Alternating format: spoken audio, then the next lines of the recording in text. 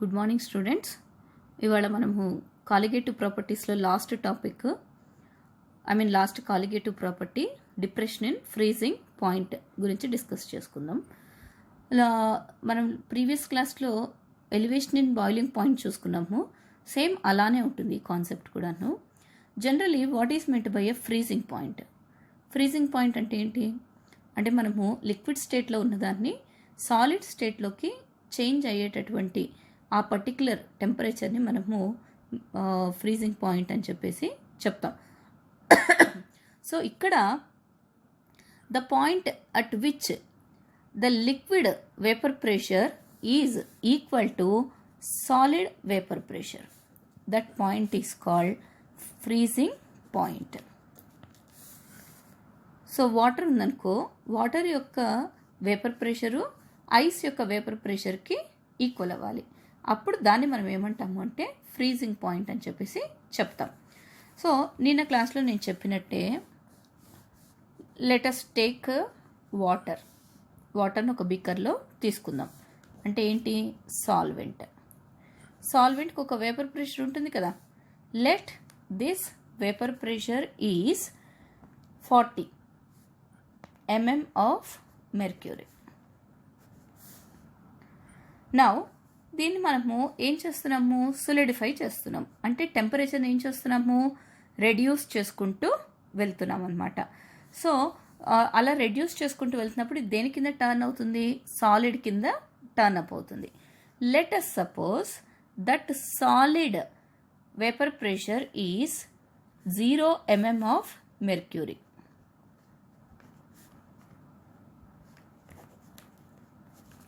లేకపోతే 10 mm of mercury అని అనుకోండి. సో అప్పుడు 40 నుంచి 10కి అది రెడ్యూస్ అవుతూ 10కి రావాలి అంటే నేను టెంపరేచర్ని ఏం చేయాలి? లెస్ చేసుకుంటూ రావాలి. సో అలా నేను ఎంత తగ్గించుకుంటూ వచ్చాను అంటే let us suppose 30 degrees reduce చేసుకుంటూ వచ్చాను నేను. ఓకే, దీన్ని మనం ఇప్పుడు ఏమనుకోవాలి? T0 సాల్వెంట్ కదా అది. నెక్స్ట్ ఇదే సాల్వెంట్లో మనం ఏం యాడ్ చేస్తున్నాము? సొల్యూట్ యాడ్ చేస్తున్నాం. అప్పుడు దీన్ని మనం ఏమని కాల్ చేయాలి? సొల్యూషన్ అని చెప్పేసి పిలుస్తాం. We know that solution vapour pressure is less than solvent vapour pressure. So solution vapour pressure solvent కన్నా తక్కువ కాబట్టి let this is 30 mm of mercury అనుకోండి. సో దీన్ని నేనేం చేస్తున్నాను? సాలిడిఫై చేయాలి. సో సాలిడ్కి మనము ఏమనుకున్నాం? Vapour pressure 10 mm of mercury అనుకున్నాం మనం కదా. సో 30 నుంచి 10కి రావాలి అంటే నేను ఎంత టెంపరేచర్ని రెడ్యూస్ చేయాలి? ఒక 25 degrees రెడ్యూస్ చేస్తేనే సరిపోతుంది నాకు కదా. సో మనకి సాల్వెంట్ని సొలిడిఫై చేయడానికి మనము ఎక్కువ టెంపరేచర్ని రెడ్యూస్ చేయాలి. సొల్యూషన్ని సొలిడిఫై చేయడానికి మనకి తక్కువ టెంపరేచర్లోనే వర్క్ అయిపోతుంది. సో అప్పుడు difference between them T0 - T is called depression in freezing point. దీన్నే మనం ఏం చెప్తామంటే డిప్రెషన్ ఇన్ ఫ్రీజింగ్ పాయింట్ అని చెప్పేసి చెప్తాం అనమాట. నౌ ప్రీవియస్ క్లాస్లో మనం ఎలా అయితే ఒక గ్రాఫ్ గీసి స్టడీ చేసుకున్నామో ఇక్కడ కూడా అలానే గ్రాఫ్ గీసి స్టడీ చేసుకుంటాం. టెంపరేచర్ని ఎక్స్ యాక్సిస్ మీద, వేపర్ ప్రెషర్ని వై యాక్సిస్ మీద తీసుకుందాం. లెట్ సాల్వెంట్ ప్రీవియస్ క్లాస్లో చెప్పినట్టే మొత్తము మనము ఎన్నిటికి స్టడీ చేయాలి? Solvent, solution 1 and solution 2. First నేను ఏ కర్వ్ని తీసుకుంటాను? సాల్వెంట్.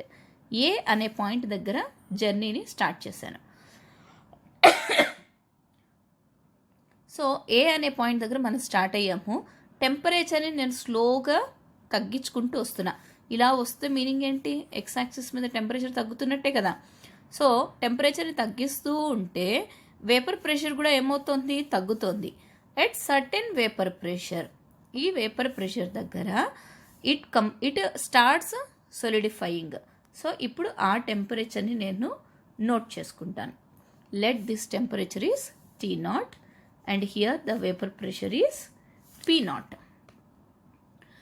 నెక్స్ట్ టేక్ సొల్యూషన్ 1 అంటే ఒక 1 స్పూన్ ఆఫ్ షుగర్ లేకపోతే 1 స్పూన్ ఆఫ్ సాల్ట్ యాడ్ చేశాను నేను. ఓకే, సో యాడ్ చేసుకుంటూ ఏం చేస్తున్నాను, టెంపరేచర్ని రెడ్యూస్ చేస్తున్నాను. ఎక్కడ స్టార్ట్ చేసాము, లెట్ us సపోజ్ మనం ఈ జర్నీని ఎక్కడ స్టార్ట్ చేసామంటే ఒక పాయింట్ దగ్గర D అనే పాయింట్ దగ్గర స్టార్ట్ చేసాం. టెంపరేచర్ని నేను తగ్గించుకుంటూ వస్తున్నా. సో వస్తూ ఉంటే ఈ పాయింట్ దగ్గరకు వచ్చేటప్పటికి it starts solidifying. Let this is T1 and this is P1. Next ఇంకొకటి తీసుకుందాం సొల్యూషన్ని మనం, దట్ ఈస్ సొల్యూషన్ 2. ఇక్కడ స్టార్ట్ చేశాను నేను జర్నీని, స్లోగా తగ్గించుకుంటూ వస్తే ఈ పాయింట్ దగ్గరకు వచ్చేటప్పటికి it starts solidifying. Let this temperature is T2 and here the vapour pressure is P2. Now coming to this solvent 1, ఎప్పుడైతే ఇక్కడ సాలిడ్ కింద స్టార్ట్ అయ్యిందో నేను ఇంకొంచెం టెంపరేచర్ని రెడ్యూస్ చేస్తే, తగ్గించుకుంటూ వెళ్తే ఏమవుతుంది, మొత్తం కంప్లీట్ సాలిడ్ అయిపోతుంది కదా. సో కంప్లీట్గా సాలిడ్ ఎప్పుడైతే అయిపోతుందో it's vapour pressure suddenly falls down, సడన్గా పడిపోతుంది అనమాట. ఇక్కడ ఈ పాయింట్ దగ్గర ఏంటి అంటే లిక్విడ్ అని అన్నది సాలిడ్ కింద టర్న్ అయ్యేటటువంటి పాయింట్ ఇది. ఇంకా నేను కొంచెం టెంపరేచర్ని తగ్గించానుకో అది కంప్లీట్గా సాలిడ్ అయిపోవడం వలన దాని వేపర్ ప్రెషర్ ఏమైపోతుంది, సడన్లీ ఫెల్ డౌన్. సో ఇప్పుడు వీటికి ఒక నేమ్ ఇచ్చుకుందాం మనం.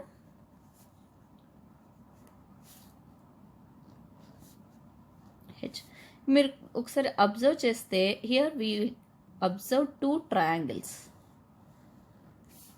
right? Because here triangle BFE is congruent with triangle BCH. So last క్లాస్లో చెప్పుకున్నట్టు కాంగ్రియన్స్ ట్రయాంగిల్స్ కాబట్టి మనకేమవుతుంది, EF by HC is equal to BE by FH. What is EF? EF means temperature difference between these two. అంటే T0 minus T1 by T0 minus T2. What is BE? BE means P0 minus P1 by P0 minus P2.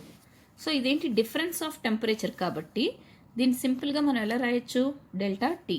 ఇదేంటి, difference of vapour pressure కాబట్టి సింపుల్గా దీన్ని P0 minus P, అంటే solution 1 solution 2 పక్కన పెడితే P0 minus P. Last క్లాస్లో నేను మీకు ఆల్రెడీ చెప్పిందే, సేమ్ అదే డెరివేషన్ వస్తుంది. According to Raoult's law P0 minus P by P0 is equal to small w by small m, capital M by capital W. Solvent molecular weight ఎప్పుడు fix ఉంటుంది, అలానే P0 కూడా ఫిక్స్ ఉంటుంది. అంటే P0 minus P is proportional to small w by small m as well as capital W, since P0, m are constants. ఇప్పుడు దీన్ని మనము ఇక్కడ సబ్స్టిట్యూట్ చేద్దాం. So delta T is proportional to small w by small m and capital W. మనం ప్రపోర్షనాలిటీని తీసేసి ఏం పెట్టుకుందాం, KF అని చెప్పేసి పెట్టుకుందాం. where this KF is called freezing point constant or cryoscopic constant. Last క్లాస్లో కూడా నేను ఎలివేషన్ ఇన్ బాయిలింగ్ పాయింట్ చెప్పేటప్పుడు KB అని చెప్పాను. దాన్ని మనము ఎబులియోస్కోపిక్ కాన్స్టెంట్ అంటాము అని కూడా నేను మీకు చెప్పాను. ఇక్కడ మీరు చూడండి, small w by small m అంటే ఏంటి, number of moles of solute. Let's suppose capital W 1000 grams అనుకోండి. Number of moles of solute present in 1000 grams is called molality.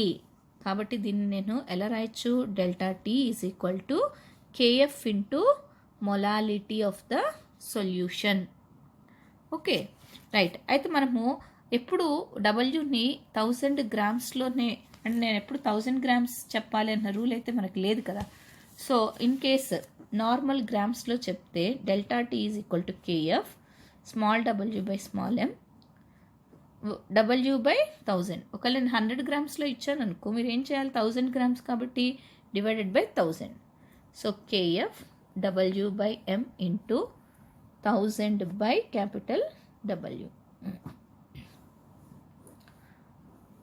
So this is the derivation for depression in freezing point. Okay, so there is no confusion between elevation in boiling point and depression in freezing point. ఈ derivation మొత్తం as it ఈస్గా అక్కడ ఏముంటుందో ఇక్కడ కూడా అదే ఉంటుంది. Only difference is that అక్కడ గ్రాఫ్కి ఇక్కడ గ్రాఫ్కి కొంచెం డిఫరెన్స్ అనేది మనకి ఉంటుంది. అదర్వైజ్ ఒకటి నేర్చుకున్నారు అంటే ఆటోమేటిక్గా రెండోది కూడా మీకు కంప్లీట్గా వచ్చేసినట్టే అనమాట. సో నెక్స్ట్ క్లాస్లో last topic of this dilute solutions and colligative ప్రాపర్టీస్ని ఎక్స్ప్లెయిన్ చేస్తాను నేను.